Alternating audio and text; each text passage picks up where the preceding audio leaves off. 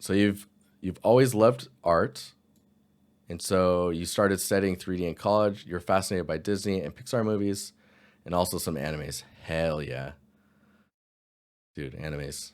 There's an anime thread in general chat if you're looking for anime. I can tag you in there. Um, yeah.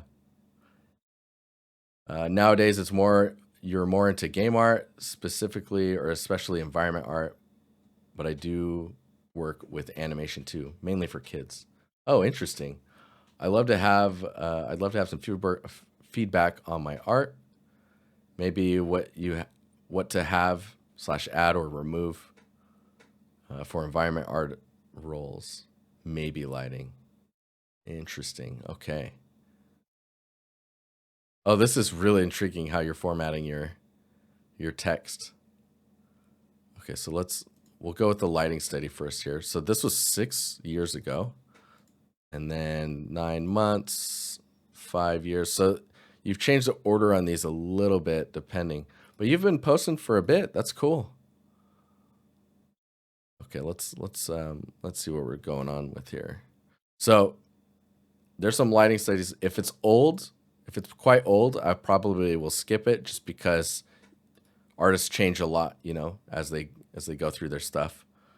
We look at the materials. This is 9 months ago.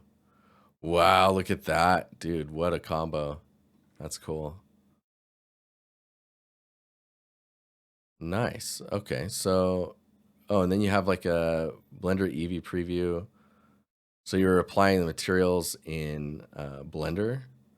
So no Unreal or anything, which is fine. So when you're looking at tileable materials, it's great that you're tiling it on a surface because it really shows you how it looks as it continues to replicate itself, like as it tiles, right? When you do that, often you'll hear material artists say like you should tile your materials 2 to 3 times, and then try and make adjustments to break patterns that your eyes will build. So like I see there's a row of stones that I can draw with, and if you can adjust the way your materials put together to kind of hide that pattern at a macro like 2 to 3 tile range, you're gonna have a much stronger material that can tile for just a little bit longer, which should give you enough room to be blending between other materials and whatnot.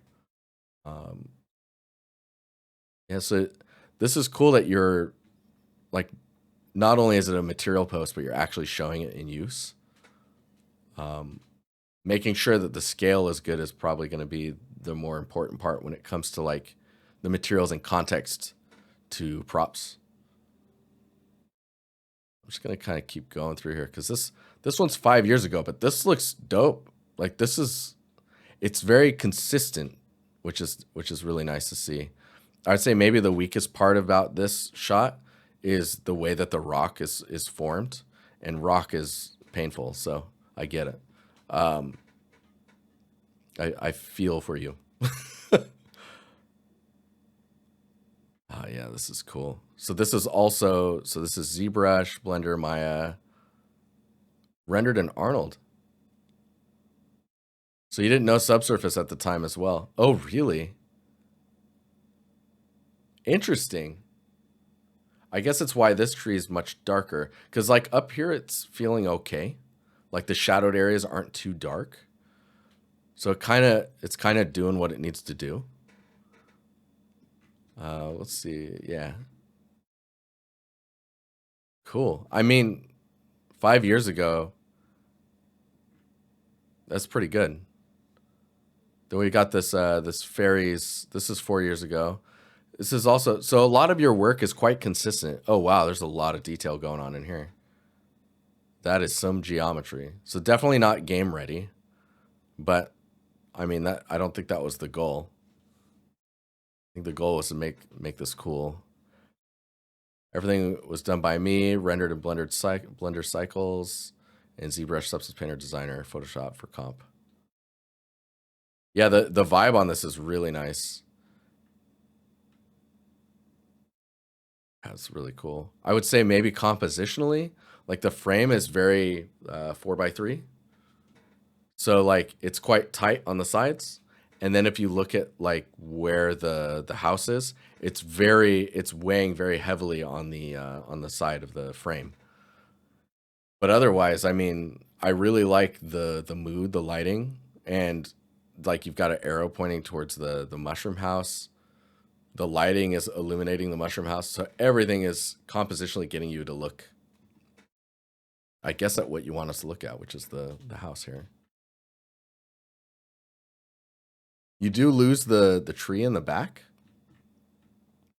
and I don't know if it's like if it would have been worth having that tree a little bit more lit just to help ground or connect them. But the end result does feel nice. Like we're looking at what we should be looking at, I guess is the way to say it. Oh, this one. So this one's 2 years ago. Oh man, I love these little viewers. Oh, this feels good. So what's really nice is how consistent this is. Again, like everything feels connected, which is it just feels good. I guess you're painting in the lighting. It looks like it at least. So you're just doing a steady on hand painting. Ooh. And then it looks like, so this is last year. Oh man, dude, I tried to rotate it just now. Oh, that's cool. Oh, this is lava. So I guess for the lava, I would suggest panning the UVs just to get it to feel like it's flowing. It's great that you have the geometry moving around. Oh wow, okay. Oh, that is interesting. How you're putting all this stuff together. So there's probably some optimization that can be done to use more of the UV space, depending on like with these rocks, you would probably it really depends. If it was 4 games, you would probably make these rocks either as separate textures or as a cluster that you can reuse a lot and like place around. And then the water and I guess the lava. The lava we would likely make a tileable material, and then we would pan it along the UVs. You've got your, oh, that is really interesting how this is all put together. Is this, what am I seeing here? This one. I guess that's the water and the, no, this is the water. Oh, it's the, is it the egg? Some really interesting choices on like how you're putting this all together. Yeah, it is the egg. And then the flowers are, but this is the flower? Wait. Oh, I see it now. Oh no, okay. I was going crazy. The egg. Yeah, so it's the egg and then the flower. So yeah, just like trying to figure out how you're UVing these to utilize the space the best. And then yeah, I mean, this is last year. This is in Unreal as well, so you've upgraded to like being in the Unreal Engine when you're rendering your stuff. Oh, dude. Yeah. Oh man. So there's a nice, it's, so this one's consistent, but there's also a really nice visual frequency to everything. It's a bit crunchy in here, but I like it. Oh man.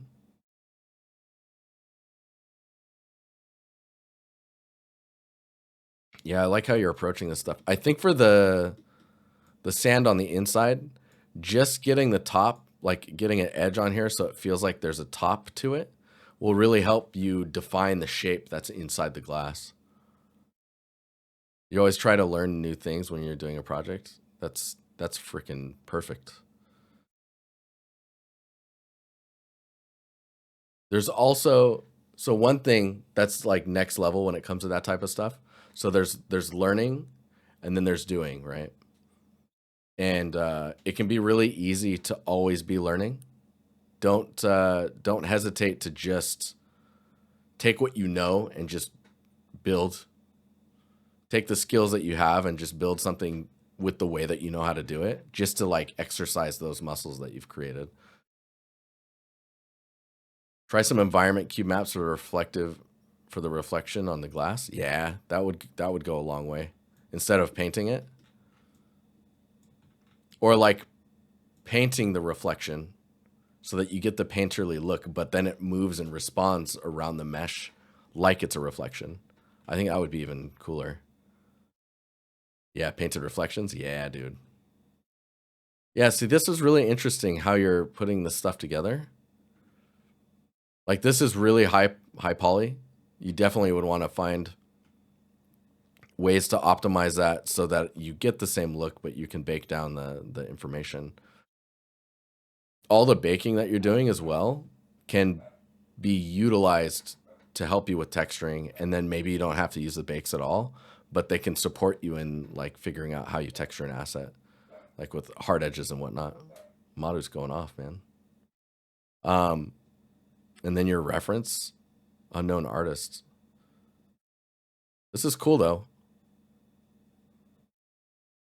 Compositionally, I really like the little flowers on there. I think in your final post, it's kind of there. Um, but I like the end result. The balance is good. What's up, Rex? How you doing? Oh, this is really cool.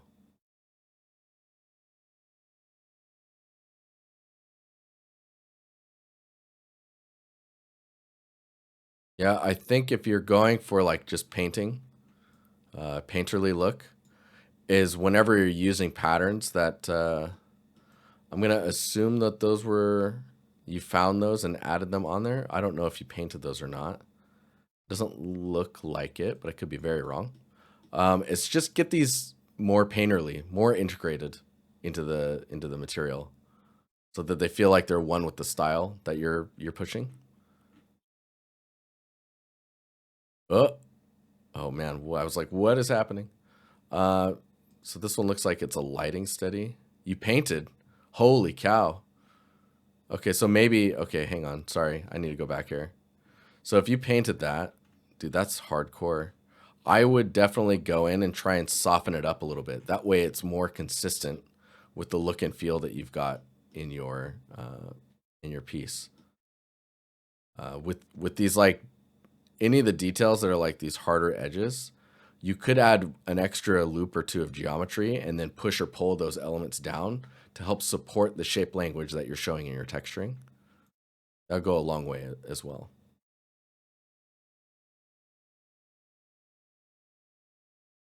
Madu. What is this? Some shots for a kids' TV show. Okay, I need to check out Madu. Hang on.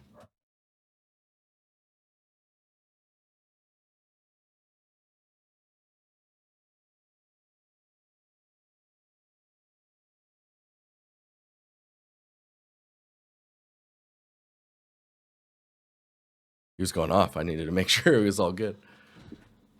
Dude, this is cool.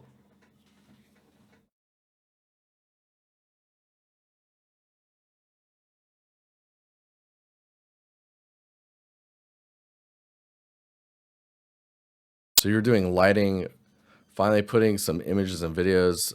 TV show. I've worked on lighting and preparing the files for rendering. TV show was created by iMove Studio. In this production, we used Arnold and Light Render. Man, that's sick.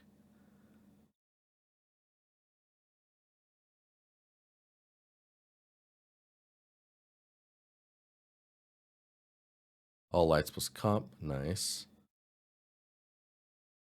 Oh, these materials are so fun. Yeah, dude. uh, this is cool.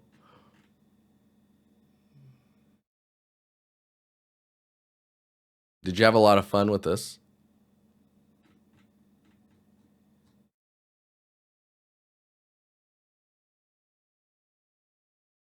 This is really cool. I think the way you're breaking this down is good.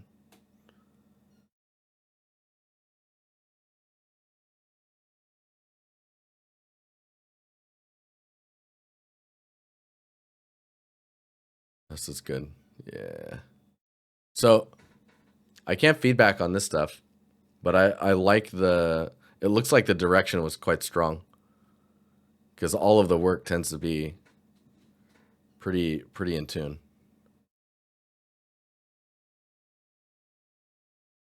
Almost every shot had the same lighting. Yeah.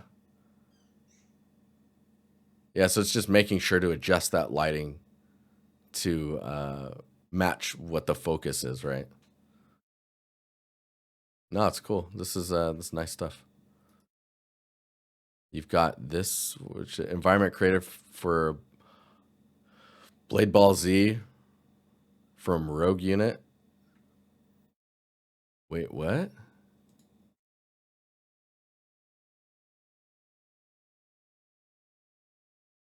What is that platform? Zepeto? The Zepeto platform. Okay, now you're getting into some like optimized work going on here. This is great. There's a little bit more production centric when it comes to like stuff that you have to do. Your direction was only it can be sunlit, colorful things. We have trim sheets, everyone. Zepeto is like a social media with games. Interesting. Cool. How did you feel about the process of creating this type of content? Because this requires a lot more like of an organized sense in like how you build for optimized function. You think it's in Korea?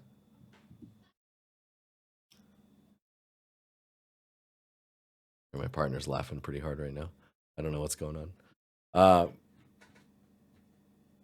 I would say the only thing that really strikes me as a little off is maybe the chains. It looks like it's in the albedo, the lighting. So maybe that's why it's like this. But the normal feels very strange for the chains.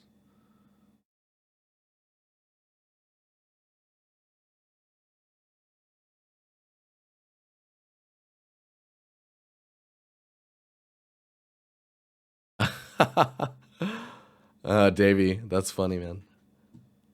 Oh, this is really cool. Did you have oh man, okay, we gotta get to this one. We got a video.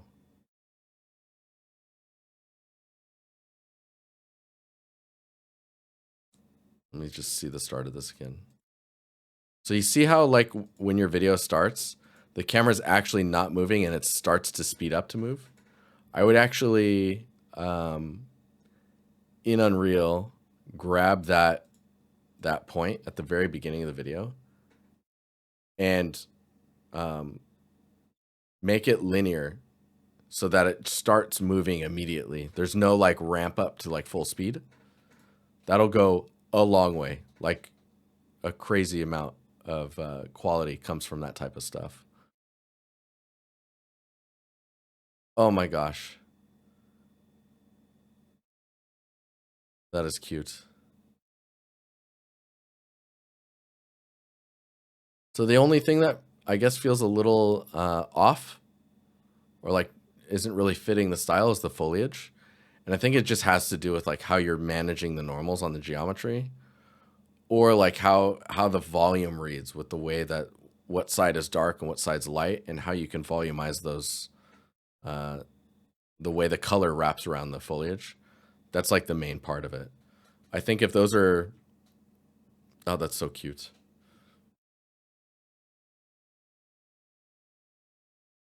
Instead of a little pig, just because I love my dog. Hell yeah. See, it adds the personality, the character to it. But yeah, I think yeah, see the leaves are okay. Yeah, getting the I see the pig now. Getting volume around the foliage is going to be important for selling that look. I would look into how you can do normal, like normal transferring, where you build like a volume and you transfer the normal information from that to the collection of leaves after you have it. It'll make it more voluminous. It's like volumetric looking. That'll help with this, like the strange dark patches you have here, to be more spherical in the way that the lighting wraps around the foliage. This is that one's really cool though. This one and maybe the hourglass are my favorite so far. This prop was made for an art test. It was a nice challenge to deal with different stylized materials and limitations. The limitations are everything. Yo. How to export that, so I got lazy. No worries. As long as you know about it. That's the important part, because then you can apply it later. You didn't pass the art test, but still, looking at this looks great. This is probably some of your best material work. The stylized painting pass is really nice. Did they tell you why you didn't pass? Oh, you did a sculpt too. Maybe the way that the low poly is put together? The presentation on this is really nice. Oh man, yeah, that's freaking cool. This breakdown is great. Oh, the rotation too. So this is extremely nice. There's maybe some optimization that could happen in the geometry. It's like extra geo that maybe isn't needed. But this looks pretty awesome. Oh yeah, you can see here too. So there's some issues with the normal map, which is the way that, like, you can see how the color kind of shifts to another color here, and there's some like weird gradients happening in the normal. Those are things to definitely investigate and figure out how to solve those in the future. So you shouldn't have any of these like strange gradients occurring, especially right as you're about to switch angles. You didn't know where the asset would be used. Yeah, I mean that's a valid comment. I think when you submit this stuff as well, if they didn't say, you should give them the perspective of like, I built this with the idea that you would go up to it, or like I built this in a way where you wouldn't be expected to go up to it, but it would be like in the corner of a room. That way they understand your perspective on how you approached the problem, how you solved it, you know? But even if you didn't pass this is sick. This is really well done. And I think it's more about like looking at your maps and texture baking and cleaning those up so they're more representative of what you put together. And then geometry optimization, where there's like extra geo that might not need to be there. Like the way that these are, if I open this up, the way that some of the geometry is, like there's some geo here that you probably don't need. But yeah, do you have any questions before I move on? I think the next one is a call as well.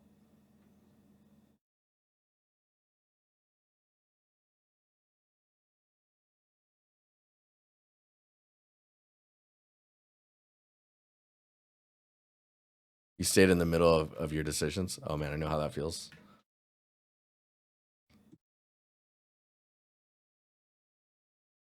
This one's dope though.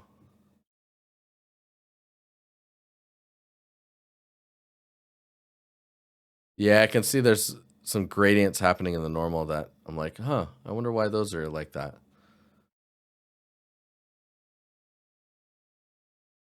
They said something about neatness. Yeah, they probably need to explain a little bit more than neatness. That was cool though. Nice job. Yeah, I'd be proud of that post for sure. You just posted this, yes, like 4 hours ago. It's good. It's nice. Like from an art standpoint, it's really nice. Just looks cool. Okay. I think we're moving on to the next portfolio. But if you have questions that maybe I didn't answer, post them in our chat that we made, and I can get back to you. Okay, what's up? Thank you for posting your portfolio, Ray. Yeah, that's dude, spot on.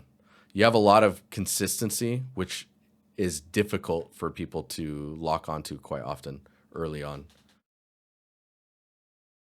Yeah, it's really good. I'll post this in chat again here. There we go. Cool. Thank you, Ray.